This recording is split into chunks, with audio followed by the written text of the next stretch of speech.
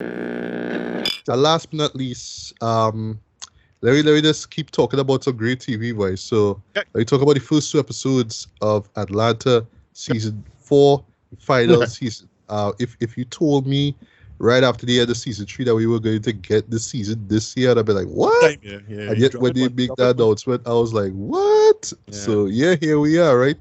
Final season. We got 2 episodes that dropped last week time first recorded this. Yep. So yeah, we will just share our thoughts on these episodes, right? So the first episode is called The Most Atlanta, right? So yeah, we Darius, Ud, gosh, I forget character Paper, names for some paper reason. boy, paper boy. Paperboy, um, Van. at Van, right? At Van, return, right? If it's one thing that I thought this season would at least establish is how they got back. Like, like They just like get back. they just I get back. just. So it's like, well, and they don't Well, even mention like what happened in that's my Europe. problem. That's my problem I had with the third season. I felt the third season could have had a stronger closure than just the Van having a meltdown episode. Agreed. Thing. So that's Yeah. how I feel about that. Yeah.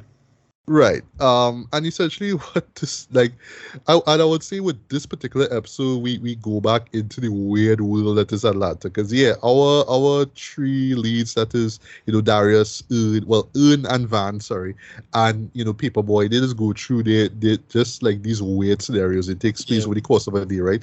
So Darius is trying to He tried to return. try to return the air fryer, right? Right. But at this Target store, by the time he goes there, it being looted for I reasons forget, you don't really what see. store. I forget what store it was, but it wasn't Target. It was something else. Oh, it wasn't Target. Okay, I swear I it don't was look it Target. back, but I don't think it Alright. was.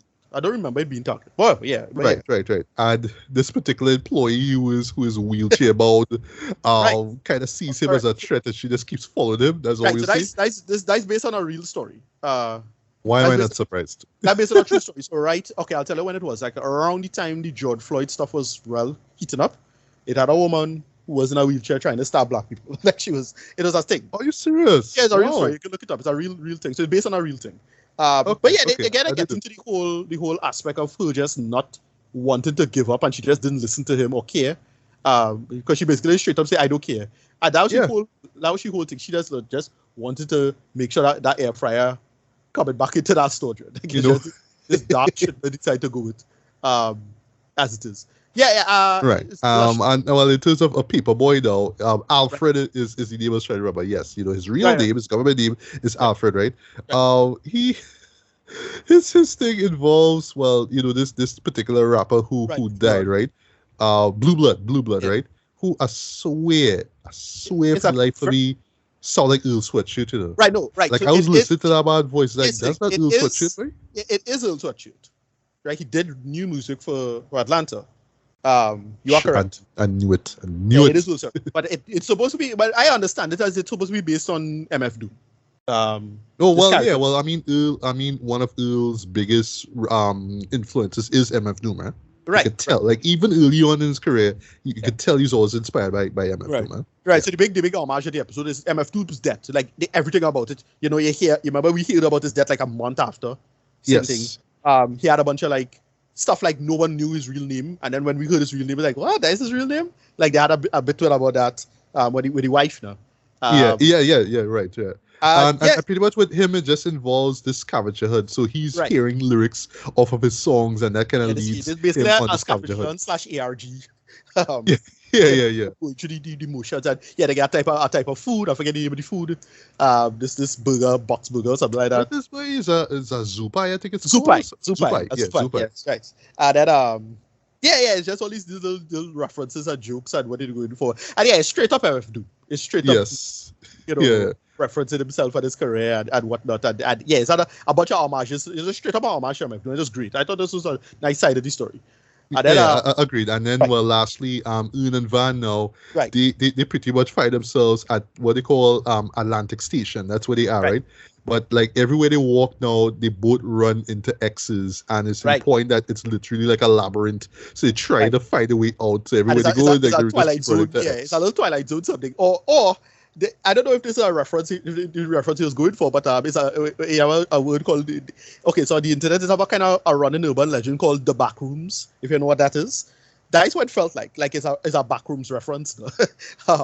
In that, look up the Backrooms. You'll see it's a video game based on it. An old video game in the 90s, but there's a current, relatively new video game, and the whole point of it is like this, like doldrums for modern society. And I'll get into a whole thing because spoiler alert, one of my mangas is based on this idea. The idea of basically the detritus of modern society, especially 20th century society. But that's the idea. They're just trapped in this world. It's just a cycle. They can't get out. Much like how malls are designed to keep you trapped, or casinos or something like that, right? It's kind of the same idea. And I thought that was a great addition to the episode. Oh, so that explains why one of Van's exes, she mentioned, he was there working for years. How come he's still working there? Right, they're trapped. Right. Yeah, but that's the whole point. That was the hint at it now. Is that it's a secret kind of like time loop almost, all of them. Because the girl she says, I forget what movie she referenced. I say, when's the last time you here? What was going on? I think she says something like along the lines of what movie she referenced? By 2006, some 2000 movie from 2007 or something like that. I can't remember. I know you're talking about. Yeah. Right. No, all right. Catch Me If You Can too. Right. No. Now you see me too. Right. Yeah. Which is what? When that movie came out, 2006 or something like that? About that. I don't even remember. Yeah. Also, points for the song that they play at certain points. I'm not going to say what song it is. It's a classic 90s R&B song from a famous R&B group. You know what I mean? That's all I'll say. But like when you're listening close, like, yeah, that's like the perfect song to play in a situation like this. I love it. And the idea is just, the obvious reference point is the, people trapped in their life and the cycles of people just do, you're just trapped in your life. That's the real world thing. That a lot of people don't move on or don't evolve in any workable sense. And all that stuff. And, that should just sit close to when it comes to black people, right? You'll come back and literally meet somebody 10, 20 years later and they're the same space, same spot. They don't really evolve with that. They just get older and slower. And that's be real sad. When you find out it's you going through the same thing. It's like, but there's enough people I know and meet like that. And then what I like about the episode 2 is getting into the whole stores being closed down thing. Like, you come back to some town and you see a store that you used to like that was here and you thought it would last forever. Nope, closed down. Little small things like that. Like, it's like, okay, I get what he was going for with this. It's pretty clever. Well, just to talk about this episode, I really enjoyed this one. I think that the title is appropriate the most Atlanta because this one really goes to the whole surrealist vibe of being in this place. That's what it feels like, right? Like the last season was, all right, we're in Europe, it's a whole new world, but it's weirder, I guess, that where we from. But here it's like, we just back to the same old weird shit, boy. And this one goes weird, right? It's just basically like these three misadventures. Well, sorry, these three stories, but they kind of all connect together. So it's like just our heroes is going through these misadventures. But it just kind of adds to the whole surrealist vibe of this show, which is one thing that we really love and admire about the show itself, right? So this, I don't want to call this episode like a return to form, but it's like, we're kind of back at it. We're back home, back in the weird shit. That's what it is. Right, yeah, I enjoy it for that. Yeah, they're going back to the well effectively. Like, it's just that same conceit of going back to the well of the show. But as I say, I have no problem saying return to form. That's like perfectly apt, actually. But I saw it was. I dug it for what it was, and it's a great episode. And the ending just brutal, John. Where they hear the chair coming up to the guild, it's like, oh, okay. Boy. This. And also points for the Sly the Family Stone song that plays the end. That was clever. That was clever. Yeah. Which leads now to the next episode, and well, this is definitely going to be a highlight in this season for sure. Boy, the homeliest little horse way. Yeah. So what it's about, right? So I'll just state what it's about, and then I'll just see what I like about it, right? So essentially, we it kind of centers on Ern, right? Ern is going through this therapy session, right? Right. And he's talking about, well, I think he finally reveals what happened at Princeton, why he just we finally wants learned nothing to do with them, right? Yeah. And it makes a lot of sense though. It's a real like harsh story, right? And it's how much of a gut punch that was for him, John. You know what I mean? And not just on his ego, but just on him himself as a black man, right? Right. You could understand why he's like, fuck Prince. I don't want anything to do with that, right? But then they touch on, and I have to look back and see if they ever mentioned before, him being molested at a young age too, right? But right, so, that's a big mystery as well. Who could it be? If it's somebody we never hear about, or if it's somebody we know already? Because they said family member. Just keep it Right, as vague right. as that. Well, I You don't don't- think we, right. we will see, or we supposed to know who it is. I Right. don't think we will. It's just it happened, right?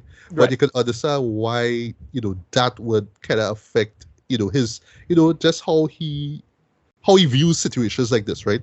And that leads now to him mentioning this incident involving involving Van and their daughter Lottie, right? And like I did watching this, and I just enjoy the one-on-one session. I forgot who the actor is who's playing the psychiatrist, right?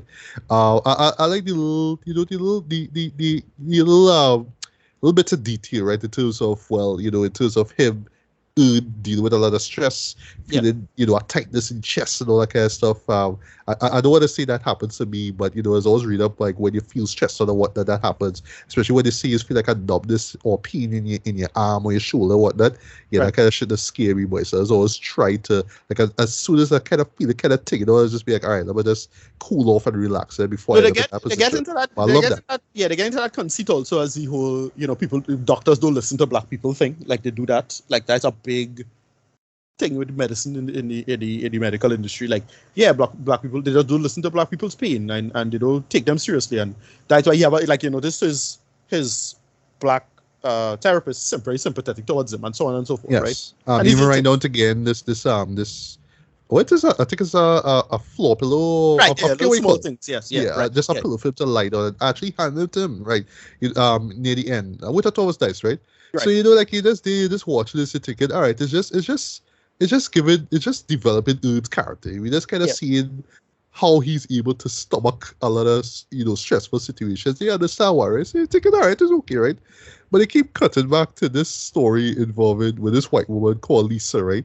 yeah, And it's basically her getting this offer. Well, I think she has a book published, right? So right, they actually hooked up with they actually hook her up. The publishing company hook her up with a right, agent and all that kind of stuff. right, right. So she gets this opportunity to go And the and first the first red flag is you saw Tracy there. all right, yes, Right, yes, that character, yes. I know yeah, you're talking about, right. Yeah, I had to watch his face carefully. It's like, all right, that person, yes, right, right. So, and it's just, all right, now you have a chance to, do a little book reading, right? Do it in front of some kids, right?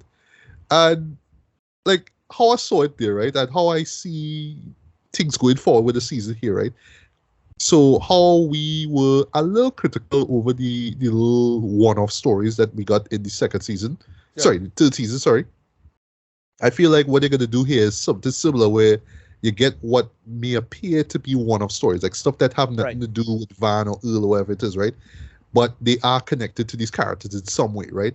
So right, we're gonna sneak it. We're gonna sneak a little extra story within right, the real story, right? But right. we're gonna connect it somehow to what's When going on with our characters, and well, that's what right. they do here. So But what that's I what thought I feel they're gonna do going forward with this new right. season here. So they did a kind of quick misdirection with this, because I thought this woman was someone else mentioned. I was like, oh no, it's not her, it's somebody else. I was like, okay, that's interesting where they went with that. Because it clearly is a reference point to that point. Because they mentioned it Right. and it wasn't that thing. I don't know if you want to spoil it, but basically, Well, yeah. I want to spoil this though, right. because So I thought originally it was the Ari, it was the other Ari, back in Princeton. But I was like, oh, did he name her? oh yes, What's her name? No, it's not. It's something else, right? But I thought I thought it was her life just going to shit after that event. Like, just her life, she get good or she has some guilt or something like that. But it's not her, and she's a much older person. So like, all right, when Earn mentioned it now, it's like, okay, it's this person, because the therapist mentioned something along the lines of you'll be the character in someone else's book or something like that. I'm like, oh, it's her writing about him, or at least the subtext. Oh no, sorry. Someone else will be writing your own story. That's what he says. Oh, okay, right, Yeah. okay. Well, I misheard that then. Yeah, but right. So that's what I thought it was. So I kind of falsely make the connection then. All right. But anyway, Right. so I thought it was But in hindsight, it would have been interesting if it was that girl. I think her name is Right. Sasha or something like that. It would have been Sasha. Thank you. like because we'll get to why we think so. Yeah? But yeah, it would have made emotional sense right. technically if But it what I was thought, that person. Like, yes, I what I want thought to get was, back what I at thought that was person going for on, what it she was do. something. The way I thought it was going on, what I thought was going to happen is some kind of poetic justice that was going to happen. That she did this shitty thing back in Princeton to earn, and now she come up on because she life Right. didn't play out, and she like probably in a sort of debt, and she trying to push the book, but she never making it, and it's just the sheer poetic justice of it. Have nothing to do with earn. like in living life, he's a victim, but she now taking a set of L's, and it's because of that mindset she had, and it's effectively the poetic justice of that action. That's why I thought it was going. That's not what happened. Like, this second episode was so fucking grimy. Yeah? Holy shit, boy! Yeah. It's no, because like, well, just to get into spoiler territory, right? So, like, you're watching the event play out, right? So essentially, it's her reading this book. It's called The Homeliest Little Horse, right? Right. And as the kids kind of act like, we don't care about none of this, blah blah blah, right? But like, like you're just thinking, all right, they're just being wayward and whatnot, they're just being rascals, right? Yeah. But like but there's a moment where you actually see like the kids just get up and walk, right? Yeah. And then there was this black woman there who was entertaining the kids earlier. She get up and walk too. Yeah. Then the cameraman walk away too. Right? Like, the guitar man. Right, the guitarist, right? There's a guitarist there who's playing music, right? Like, what's going on here, right? Yeah. And then he actually revealed, Dread, that all of this was just a plan that Ed had orchestrated, Dread. He just literally wanted to embarrass this woman, Dread, for what she had done to Van and Lottie, years ago, right? Well, no, it was about 2 months prior. Oh, so, 2 months, right? My bad. What it was they were supposed to go to Princeton. But he said he was going. And then because of this woman, they couldn't go because he needed a passport to travel in the country. I was like, yeah, that's not a thing. And it's just this woman. She works at the airport. And she have a side career being a writer. And she just is like be fucking up black families right through in the airport. And he just makes the personal mission to just destroy this woman, Dread. Yes, boy. And it's how it's like when you see that reveal, Dread, right? Yeah, he actually paid these people to do that, boy. I was like, Jesus Christ. Yeah. But I should mention there's a very, very, very smart, very like brilliant woman, right? Where so she's almost reading, right? And this is where people get up and walk away, right? And she just figured she was gonna end the story, and you could tell she like you could see tears welling up in her eyes and whatnot, right? Yeah. Mm-hmm. But you see the camera kind of slowly zooming into the book itself, right? So essentially, it's about this horse, right, who is white, right? It kind of like gray, but technically it's supposed to be white, right? Right. And like the other horses don't care about that white horse, right? But one day, the barn catches a fire, but that white horse says, "Hey, let's work together and let's break down, the door, and we'll all be free," right? And it really ends with the other horses giving that white horse a medal. And it's how I was zooming in on that moment, and I was like, oh, okay, you on some bullshit. All right. I see you. I see you. You're on some racial profiling shit there. Okay. But that's the thing, right? Because but I love that. That's the thing. That's the thing. Halfway. Why I thought it was the woman because it was. I thought it was the same girl because she was attracted to the black fellow who was she neighbor. There's all small things, right? Like she was like, oh, okay.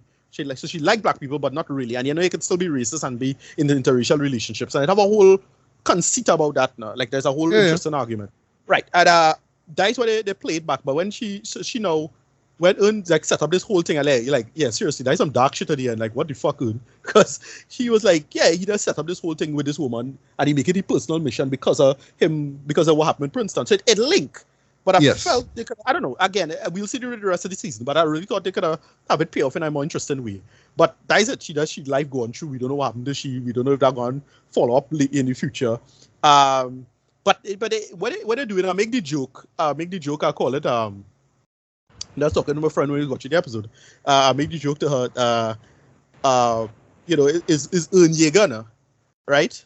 I make that joke if you know who Eren Yeager is. He kind of turned into a villain, right? Yeah, a little bit, right? It's him kind of just utilizing his power, his intelligence in the worst and money, because I love how you mentioned early on that.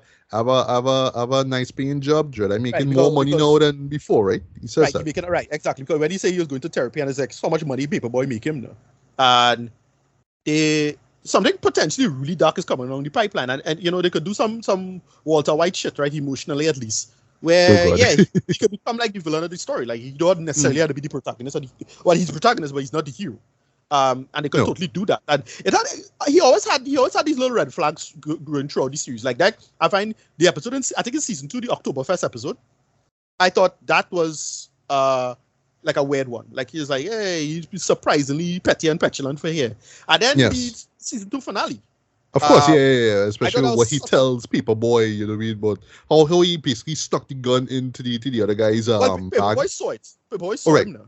Yeah, but the point is that remember he do that shit because he forget and it's like, yeah, he just make that decision. And it's a grimy ass decision when you think about it. And yeah, I make that again. I make the joke, Ernjäger. Yeah, he could really become a dark character. Another thing, that story involving him and the other RA in Princeton could be unreliable narration, you know. Like to be clear, I do believe him. Right, but I wouldn't be surprised if there's more to that story because he does say that he opened the room and get his suit back. But we're not sure if that was entirely the case, right? But exactly, I really sympathize with the general conceit they're going with him, right? Him going through all that bullshit, all the little small things black people just had to go through with medicine and psychology and like that guy was his therapist was great. Yeah, therapist was great. Yeah. Yes. And what he was doing with it on the back and forth. But I really sympathize with the conceit. But it's a really toxic emotional concoction that Ern going through right now. And I really understand and sympathize with it. It's great. It's great. I really want to see where they're going with that. But it's great stuff. And it's a great setup for the rest of the season, Dread. I agree. Because I do know they're going to expand on this even more, right? So last thing I just want to say about this episode, boy. Points for the song that closes it. You get cold-blooded from Rick James. When I hear that, I clap. I was like, yes. Yeah, of course. Yes, because what Ern did was just so cold-blooded. That's a Dave Chappelle reference to for me. Oh, yeah, cold-blooded. Yeah, cold-blooded. And that's right after the whole, the 5 finger seat in the face. Right, you know the moment, right? The slap, right? Yeah. But yeah, this episode I know for sure is gonna start as one of the best of the season thus far. But, it was excellent. Especially with how it just pulled the rug right under your feet, though. Especially with that reveal with that he was the mastermind behind this big scheme and whatnot. Shit. And I just love this including how even like Darius and Paperboy like dog like you're a little too far. A little too far. Yeah, exactly. Really? It turned them off. It really turned them off because it's so petty and mean spirited now. Like just to drive this woman life into the ground because you say but she most likely get into debt and like all the little small things like the hairstylist she went to all of that shit now. Like it's all these little small things to fuck you up there. Because the hairstyle was looking terrible. Like sorry. Oh yeah. Like goddamn, real brutal thing, dude. And to film all that, and he filmed the whole thing, and like you run into that bar, the car cried. Like when I saw that, I was like, real dread this. I thought they just stopped at the library. No, they had someone follow she outside and she the car cried with your dog. And I'm like, dude, why, boy? Real dread this way. But these two episodes are great though. I do have a feeling that I'm really gonna enjoy the season here, right? What I will say in closing is that I think they're gonna incorporate more of the side story or what we think is going to be its own individual story, but we're going to connect it even more to not just to the world of Atlanta, but to the characters themselves. I feel they're going to do more of that in this episode. They can't just do what they did in the last season with these individual episodes, these one-off episodes. They just act as if, well, yeah, people didn't like it apparently, so we're done. I don't think so. I think that Donald Glover and his team is like, no, we're going to continue that shit, but we're going to make it connect even more now, Right. Because the final season, we could do that, As I say, stuff like shows like this don't need to go on too long. Like I find 4, 5 is like perfect. 4 ending and ending the show is perfect. Like guys, you ended. How long Insecure was? 5. Insecure was 5. Right. Around that. Like and it was a good run and it ended at the right time. Right, exactly. And with this show 4 is great. You tell a story, you're in and you're out, don't overdo it. You have other projects, you have other things to build from and do whatever you do, and they make it work. Because it is a show that has a lot of people talking, and it is what a really excellent show in my opinion, as it is. And yeah, these 2 first episodes were solid for me, Joe. Really, really funny and well done. And yeah, again, Ern just turned into a goddamn nightmare. As I say, boy. I would not be surprised if he's doing some Walter White shit to the man, Joe. That's all I'll say. Or I should say Don Draper. That's the more workable comparison. Oh yeah. Yeah.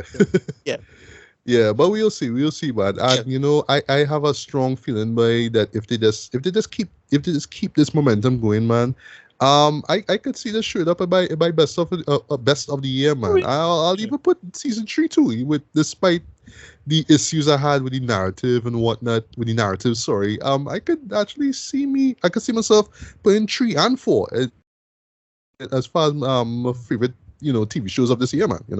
Yeah. So yeah, we'll see. But yeah, these first two episodes, I mean, were strong. I mean, the show is off to a great note, man. So just can't wait to see what other shenanigans we get with the other 8, man. I really do hope that this show ends on a great note. I have no clue at this moment how it will end. Well, I want to say this too, including, because in terms of what Donald is saying, how he wants this to be like a Sopranos, right? But Sopranos is like top tier storytelling and TV filming. Sorry, like TV storytelling. So I just want that this show is going to end visually and narratively on such a strong note that I could be thinking about it for years to come, man. So I know that'll happen to him, man. I know he will come with a great way to edit off, man. But yeah, we'll see. Yeah.